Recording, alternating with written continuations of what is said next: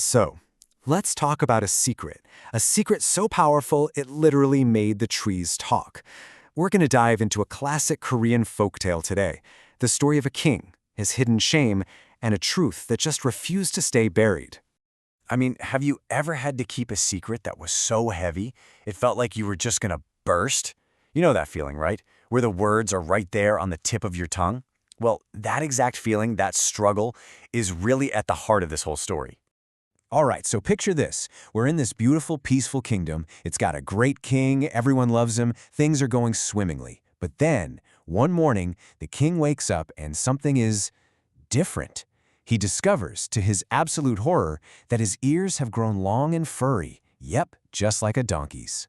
And this really gets to the core of the king's problem, doesn't it? On one hand, he's this noble, virtuous ruler that everybody looks up to, but on the other hand, he's got this source of deep shame that he thinks is just hideous. So what does he do? He hides it under a massive crown, basically living two completely different lives. Now, the king did a pretty good job of hiding his ears from, well, everyone. But there was a catch. There was one person who had to know the truth, because, someone had to make those giant hats. And that person was the royal hat maker, or the bok dujang.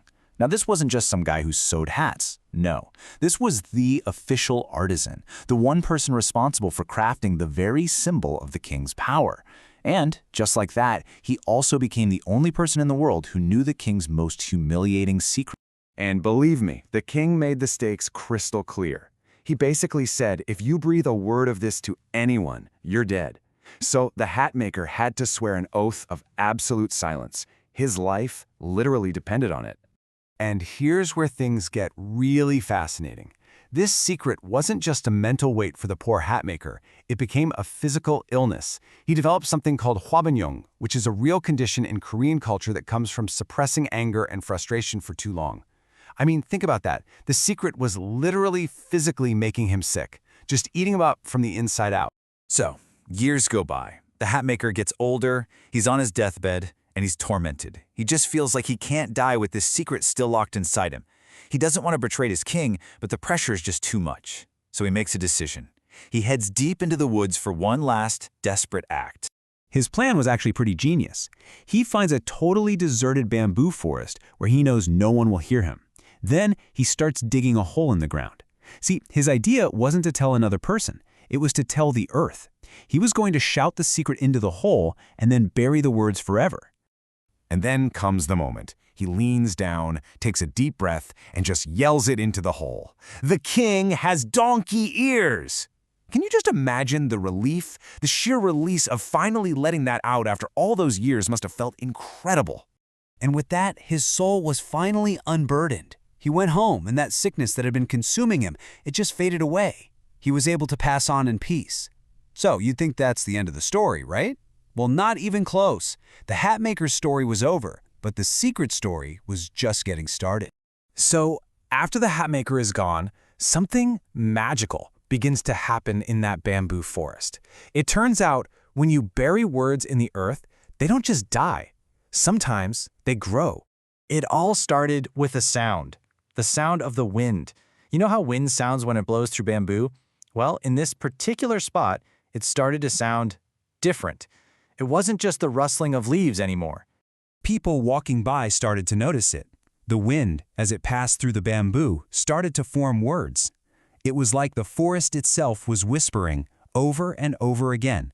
The king has donkey ears. The king has donkey ears. It's incredible, right? The truth literally found its own voice. And a whisper like that doesn't just stay in one place. The wind carried it. It blew from that forest, across the fields, into the towns, from one village to the next. And before long, every single person in the entire kingdom knew. The king's secret was out. Completely and totally out. Okay, so the king's worst nightmare has come true. Everybody knows. So what do you think happened? Did the kingdom fall apart? Did they kick him off the throne? You might be surprised. It's a fantastic twist. Instead of destroying him, the truth actually set him free. He stopped hiding. He just accepted himself, donkey ears and everything. And that vulnerability, that honesty, it changed him. He became what's known as a songun, a truly wise king. Because once you stop being afraid of what people will see, You can finally start listening to what they have to say. So what are the big lessons here? Well, first, and this is a big one, you can't bury the truth forever. It will always find a way out. Second, the weight of a secret is often way heavier than the truth itself. And maybe most importantly, real strength isn't about being perfect and hiding your flaws, it's about owning them. It's about acceptance.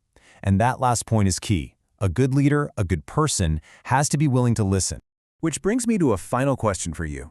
In the story, the Hatmaker had his bamboo forest, a place to speak a truth that needed to be heard. It really makes you think. In our world today, with the internet, with art, with journalism, what are our bamboo forests? And what secrets are they whispering right now?